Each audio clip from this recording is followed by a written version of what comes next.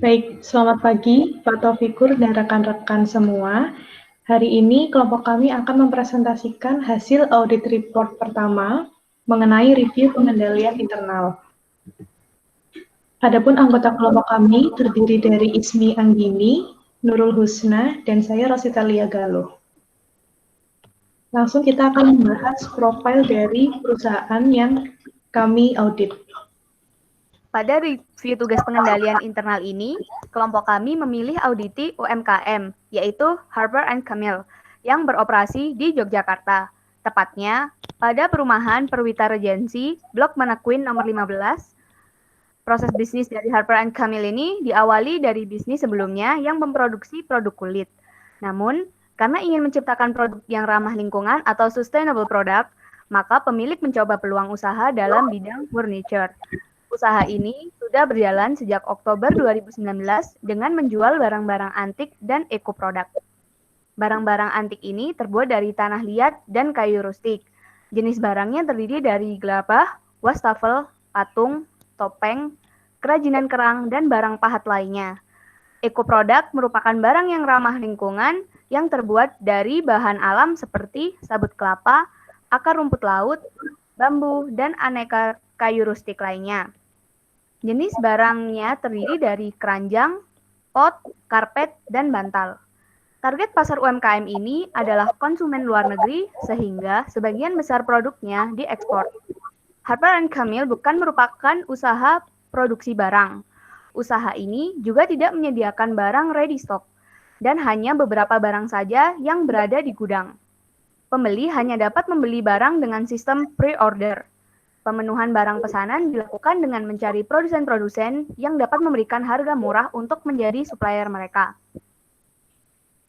Oleh karena itu, karyawan tetap yang dipekerjakan hanya berjumlah 4 orang yang terdiri dari 1 karyawan pengurus gudang, 2 karyawan pencari supplier, dan 1 karyawan pengelola keuangan.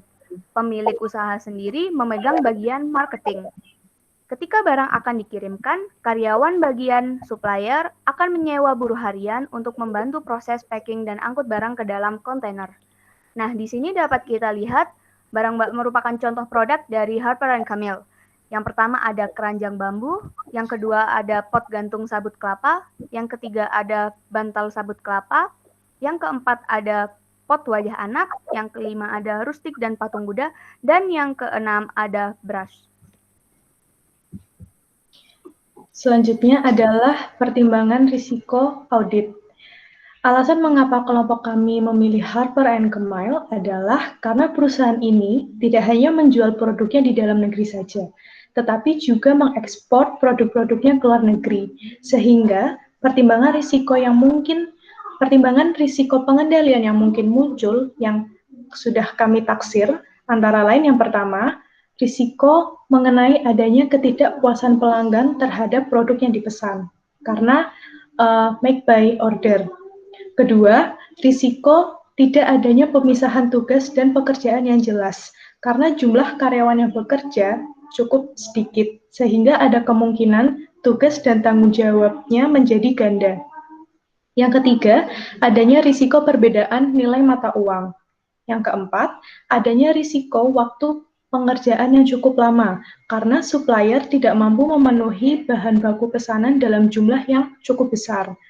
Yang kelima, risiko dari dampak pandemi COVID-19 terhadap target pemasaran dan penjualan. Dan yang terakhir adalah risiko tidak mampunya perusahaan untuk memenuhi pesanan pembeli. Selanjutnya ada program audit awal. Di sini kami menyusun beberapa prosedur sebagai pedoman dalam review pengendalian internal dari perusahaan Harper & Camille. Terdapat 2 tahapan utama dalam program audit ini. Yang pertama adalah persiapan audit, dan yang kedua adalah survei awal. Dalam tahap persiapan audit ini, yang memiliki tujuan untuk mengetahui dan agar familiar terhadap operasi, latar belakang, dan concern audit, kami menyusun beberapa prosedur. Yang pertama adalah menetapkan konteks, tujuan, lingkup, dan kriteria audit. Yang kedua adalah melakukan interview kepada auditi untuk mengidentifikasi profil dan proses bisnis. Yang ketiga adalah melakukan interview mengenai informasi dan prosedur yang diterapkan. Yang keempat adalah melakukan review atas hasil wawancara informasi auditi. Lalu di tahapan kedua, yaitu survei awal yang bertujuan untuk mengidentifikasi area yang memiliki critical risk atau risiko yang kritis. Ini kami menyusun beberapa prosedur. Yang pertama adalah melakukan interview dengan auditi untuk mengidentifikasi risiko yang mungkin timbul. Lalu yang kedua, mengelola dan menganalisis kuesioner pengendalian internal. Yang ketiga, mengobservasi media sosial auditi.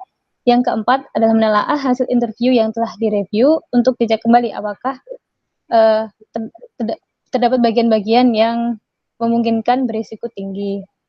Lalu yang terakhir adalah pembuatan laporan hasil survei.